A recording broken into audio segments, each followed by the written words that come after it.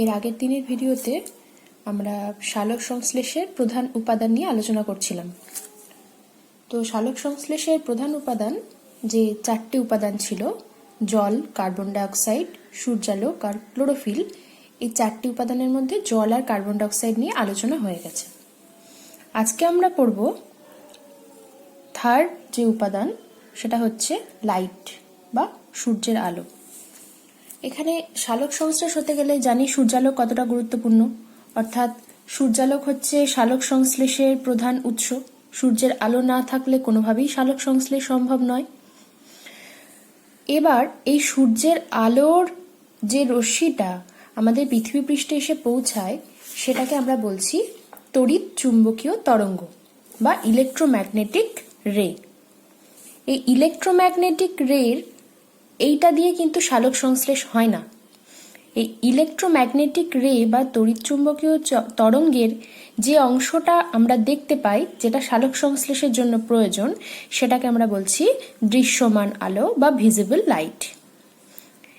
এই দৃশ্যমান আলো 7টা বর্ণ নিয়ে গঠিত।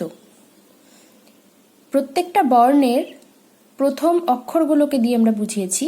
বেগুনির বে, নীলের দেখো কালার দেখানো আছে পাশে, নীলের নি, আকাশীর আ, সবুজের স, হলুদের হ, কমলার ক আর লালের লা। তাহলে এটা যদি ওপর থেকে নিচ পর্যন্ত পড়ি তাহলে হবে কি, বেনিয়া সহ কলা। এইটা হচ্ছে অ্যাকচুয়াল দৃশ্যমান আলোর একটা অংশ, যেটাকে বলছি আমরা ফোটন কণা। অর্থাৎ এই ফোটন কণাটাই কিন্তু সালোক সংশ্লেষের জন্য প্রয়োজন, এবং এটা 400 থেকে 700 ন্যানোমিটার তরঙ্গ দৈর্ঘ্যের হয়। অর্থাৎ বেগুনি বর্ণটা 400 ন্যানোমিটার তরঙ্গ দৈর্ঘ্যের আর লাল বর্ণটা 700 ন্যানোমিটার তরঙ্গ দৈর্ঘ্যের। অর্থাৎ সালোক সংশ্লেষ হতে গেলে এই 400 থেকে 700 ন্যানোমিটার তরঙ্গ দৈর্ঘ্যের এই ভিজিবল রে বা দৃশ্যমান আলোক অর্থাৎ ফোটন কণায় কিন্তু প্রয়োজন। এবার যদি আমরা ভূমিকায় চলে আসি, যে সালোক সংশ্লেষের ভূমিকা, সূর্যালোকের ভূমিকা কি সালোক সংশ্লেষে, তাহলে দেখা যাচ্ছে যে সূর্যই হচ্ছে সমস্ত শক্তির উৎস। অর্থাৎ যদি সূর্যালোক না থাকে তাহলে সালোক সংশ্লেষ কোনোভাবেই হবে না। সূর্যই হচ্ছে সালোক সংশ্লেষের প্রধান উৎস। সালোক সংশ্লেষের আলোক শক্তি শর্করা অণুর মধ্যে, যে শর্করা জাতীয় খাবারটা গাছ তৈরি করছে, সেই শর্করা অণুর মধ্যে আলোক শক্তিটা রাসায়নিক শক্তিরূপে আবদ্ধ থাকছে। ঠিক আছে। এছাড়া সালোক সংশ্লেষ প্রক্রিয়ায় পাতার যে ক্লোরোফিল অণু, সেটা কি হচ্ছে, তার সক্রিয়করণ ঘটছে এই সূর্যালোকের মাধ্যমে। অর্থাৎ সূর্যালোক যদি না থাকে তাহলে কিন্তু কোনোভাবেই সালোক সংশ্লেষ সম্ভবপর নয়। তাহলে এটা হচ্ছে কিন্তু একটা সালোক সংশ্লেষের গুরুত্বপূর্ণ ফ্যাক্টর, অর্থাৎ প্রধান উপাদান। এবার চতুর্থ উপাদান যেটা, সেটা হচ্ছে ক্লোরোফিল। ক্লোরোফিল কোথায় থাকে? এক কথায় বলতে গেলে পাতায়। পাতার কোন অংশে? পাতার মেসোফিল কলায়। অর্থাৎ পাতার মেসোফিল কলার মধ্যেই কিন্তু প্রধান রঞ্জক হিসেবে সবুজ রঙের ক্লোরোফিল থাকছে। এই ক্লোরোফিল কিন্তু কয় প্রকারের হয় দেখে নিই আমরা। ক্লোরোফিল হচ্ছে 5 প্রকারের। Chlorophyll A, chlorophyll B, chlorophyll C, chlorophyll D, chlorophyll E. Main হচ্ছে এই দুটো, এ আর বি, যেটা হচ্ছে উন্নত শ্রেণীর উদ্ভিদের দেহে আমরা এই ক্লোরোফিল এটা পেয়ে থাকি।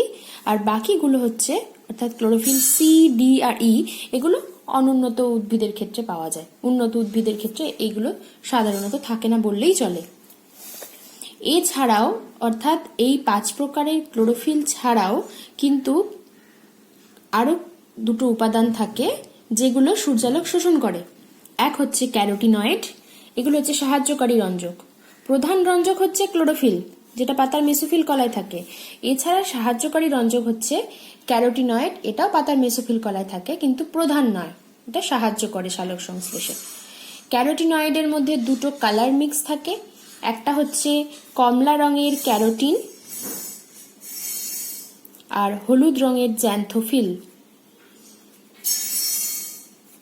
অর্থাৎ ক্যারোটিন আর জ্যান্থোফিল মিলে হচ্ছে ক্যারোটিনয়েড রঞ্জক।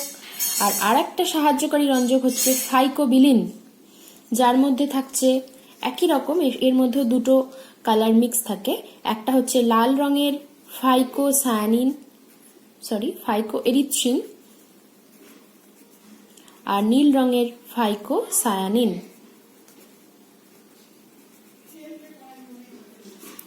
এই ফাইকোএরিথ্রিন আর ফাইকোসায়ানিন মিলে তৈরি করছে ফাইকোবিলিন নামক সাহায্যকারী রঞ্জক। এরা সবাই কিন্তু পাতার এই মেসোফিল কলার মধ্যেই থাকছে। এবার ভূমিকা কি? ক্লোরোফিল এ আর ক্লোরোফিল বি এইগুলো হচ্ছে সূর্যালোকের যে ফোটন কণা সেটা শোষণ করে। এরা দুটো ক্লোরোফিল মিলেই কিন্তু সূর্যালোকের ফোটন কণাকে শোষণ করে, অর্থাৎ ক্লোরোফিলের সক্রিয়করণ হচ্ছে।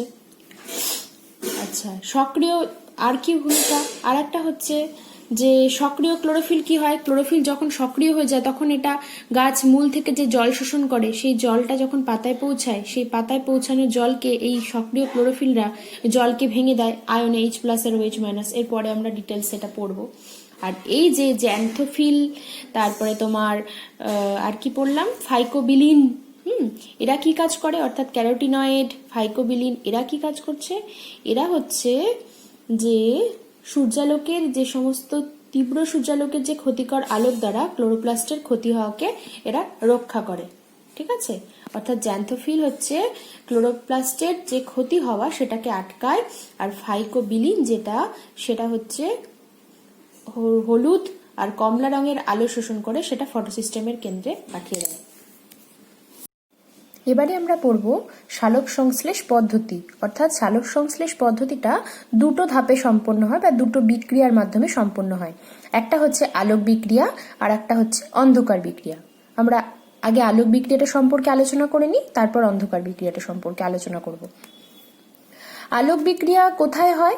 আলোক বিক্রিয়ার স্থান হচ্ছে ক্লোরোপ্লাস্টের গ্রান অংশে।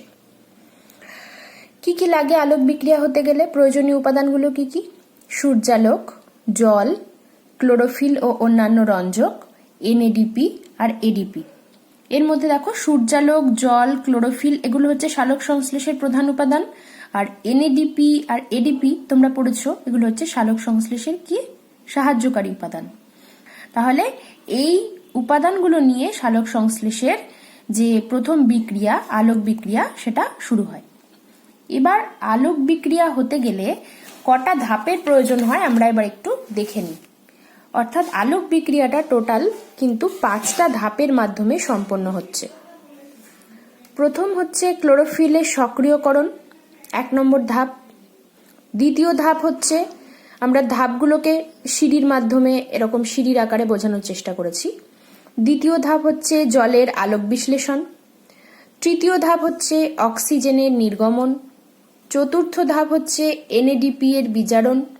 আর পঞ্চম ধাপ হচ্ছে ফটোফসফোরাইলেশন বা সালোক সংশ্লেষীয় ফসফরিভবন। টোটাল এই 5টা ধাপের মাধ্যমে ABCDE এই 5টা ধাপের মাধ্যমে কিন্তু পুরো আলোক বিক্রিয়াটা সম্পন্ন হচ্ছে। এইবার আমরা প্রত্যেকটা বিক্রিয়ার ডিটেলসে অর্থাৎ 5টা ধাপের একটা একটা করে ধাপের বিশ্লেষণে যাব। প্রথম ধাপ কি বলেছি? ক্লোরোফিলের সক্রিয়করণ। কিভাবে সক্রিয় হয় ক্লোরোফিল সেটা আগে দেখি। দেখো পাতার মধ্যে কি পড়ছে, আমরা দেখতে পাচ্ছি পাতার মধ্যে পড়ছে সূর্যালোক। সূর্যালোকের কোন কণা পড়ছে পাতায়? একটু আগেই আমরা আলোচনা করে নিয়েছি যে সালোক সংশ্লেষের সময় কোন কণা গ্রহণ করবে পাতা? ফোটন কণা। অর্থাৎ সূর্যালোকের ফোটন কণা পাতা গ্রহণ করলো। গ্রহণ করে সম্পূর্ণ পাতাটা নয়, পাতার মেসোফিল কলার যেখানে যেখানে ক্লোরোপ্লাস্ট আছে, অর্থাৎ এই ক্লোরোপ্লাস্ট যুক্ত অংশ এই ফোটন কণাকে শোষণ করে নেয়, শোষণ করে সক্রিয় হয়। অর্থাৎ সূর্যালোকের ফোটন কণা শোষণ করেই কিন্তু ক্লোরোফিল সক্রিয় হয়ে যায়, অর্থাৎ সে কাজ করার জন্য তৈরি হয়। তাহলে ক্লোরোফিলের সক্রিয়করণ কিভাবে ঘটলো? না, সূর্যালোকের ফোটন কণা শোষণ করে ক্লোরোফিল সক্রিয় হলো। এবার চলে আসছি আমরা দ্বিতীয় ধাপে, সেকেন্ড স্টেপ, ফটোলাইসিস বা জলের আলোক বিশ্লেষণ। কাকে বলে এটা আমরা দেখি। কি হচ্ছে না, গাছ বা উদ্ভিদ মাটি থেকে মূলরোমের সাহায্যে কি শোষণ করছে? জল। সেটা কাণ্ডের জাইলেম বাহিকার মধ্যে দিয়ে কোথায় পৌঁছালো? পাতায়। পাতায় অলরেডি যে ক্লোরোফিল রয়েছে সেটা এক্সাইটেড কন্ডিশনে বা সক্রিয় অবস্থায় রয়েছে। একটু আগেই আমরা পড়লাম যে ক্লোরোফিল কি আছে, সক্রিয় হয়ে বসে রয়েছে।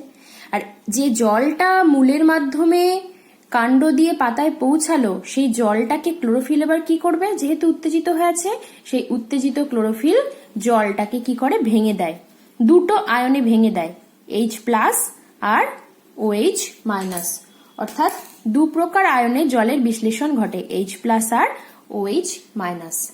এই যে সক্রিয় ক্লোরোফিল, দেখো এখানে আমরা পাতার মধ্যে ক্লোরোফিলকে একটু দেখানোর চেষ্টা করেছি। সক্রিয় ক্লোরোফিল এই যে জলকে ভেঙে দু রকম আয়ন তৈরি করলো, H+ আর OH-, এই পুরো ঘটনাটাকে আমরা বলছি ফটোলাইসিস বা জলের আলোক বিশ্লেষণ। ঠিক আছে, এটা হলো সেকেন্ড স্টেপ। থার্ড স্টেপ বা 3 নম্বর ধাপে কি হয় না, অক্সিজেন নির্গমন। কিভাবে অক্সিজেন নির্গমন হয় দেখি।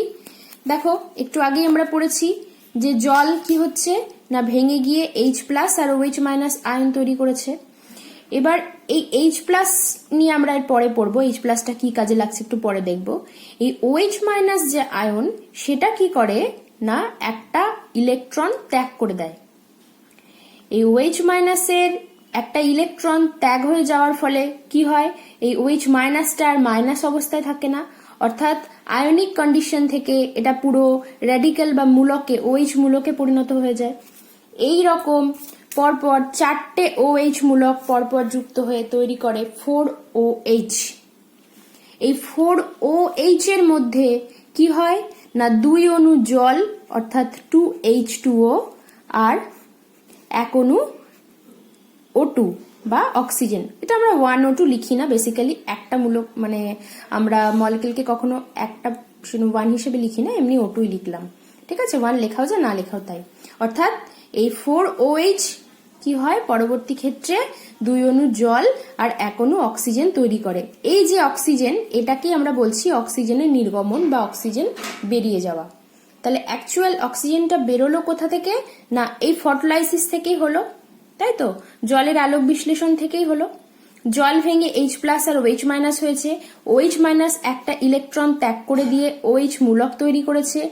এই রকম 4টে OH মূলক পরপর যুক্ত হয়ে 4OH তৈরি করেছে। 4OH থেকেই 2 অণু জল আর 1 অণু অক্সিজেন রিলিজ হয়েছে। তাহলে এইভাবে থার্ড স্টেপ অর্থাৎ অক্সিজেনের নির্গমন হলো। চতুর্থ ধাপে কি হয় দেখি। ফোর্থ স্টেপ হচ্ছে NADP এর বিজারণ। NADP একটা কি, সম্পূর্ণ নাম হচ্ছে নিকোটিনামাইড অ্যাডেনাইন ডাইনিউক্লিওটাইড ফসফেট।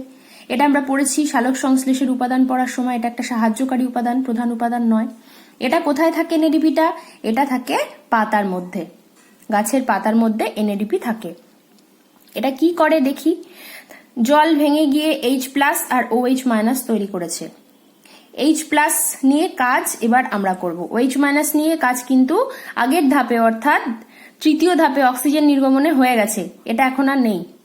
এখন আমাদের দরকার H+ কে। H+ কি হয়, এই H+টাই পাতার মধ্যে থাকা যে NADP, তার সাথে এই H+টা যুক্ত হয়ে যায়, দিয়ে তৈরি করে NADPH। তাহলে NADPH গঠন হলো কিভাবে না, পাতার মধ্যে থাকা NADP H+ জলের আলোক বিশ্লেষণের ফলে সৃষ্ট যে আয়ন H+, তার সাথে যুক্ত হয়ে তৈরি করছে NADPH। এখানে কিন্তু NADP ইলেকট্রন গ্রাহক বা হাইড্রোজেন গ্রাহক রূপে কাজ করে। এখানে কিন্তু NADP হচ্ছে ইলেকট্রন গ্রাহক। ঠিক আছে, এবং এই যে বিক্রিয়াটাকে বিজ্ঞানী রবিন হিল প্রথম পর্যবেক্ষণ করেছিলেন বলে এটা অ্যাকচুয়াল হিল বিক্রিয়া বলা চলে। এবং এখানে এই NADPH-টা হাইড্রোজেন গ্রাহক রূপে কাজ করে বলে এই NADP-কে আমরা বলছি হিল রিয়েজেন্ট বা হিল বিকারক, ইলেকট্রন গ্রাহক প্লাস হিল রিয়েজেন্ট NADP-টা। এবার লাস্ট স্টেপ অর্থাৎ E, সেটা হচ্ছে ফটোফসফোরাইলেশন। এর আরো দুটো নাম রয়েছে, বা ফটোসিনথেটিক ফসফোরাইলেশন বা সালোক সংশ্লেষীয় ফসফরিভবন। এখানে কি হয় দেখো, এখানেও পাতার মধ্যে আর একটা সাহায্যকারী উপাদান যেটা ADP, অ্যাডিনোসিন ডাইফসফেট থাকে। এই ADP-টা কি হয়, ADP-টা পাতার মধ্যে থাকা ADP, এটা ফসফেটের সাথে যুক্ত হচ্ছে, অবশ্যই লাইটের প্রভাবে, সূর্যালোকের প্রভাবে। আর একটা এনজাইম লাগে, উৎসেচক লাগে, যার নাম হচ্ছে এটিপি সিনথেজ। সেই উৎসেচকের সাহায্যে তৈরি করে অনেক বেশি শক্তি সম্পন্ন বা উচ্চ শক্তি সম্পন্ন এটিপি বা অ্যাডিনোসিন ট্রাইফসফেট যৌগ। এবং এই পুরো বিক্রিয়াটা পাতাতেই হয়। তাহলে এডিপি ফসফেটের সাথে লাইটের উপস্থিতিতে এটিপি সিনথেসকে কাজে লাগিয়ে এই যে উচ্চ শক্তি সম্পন্ন এটিপি বা অ্যাডিনোসিন ট্রাইফসফেট যৌগ তৈরি করে, this is called photophosphorylation or photosynthetic phosphorylation or সালোক সংশ্লেষীয় ফসফরিভবন।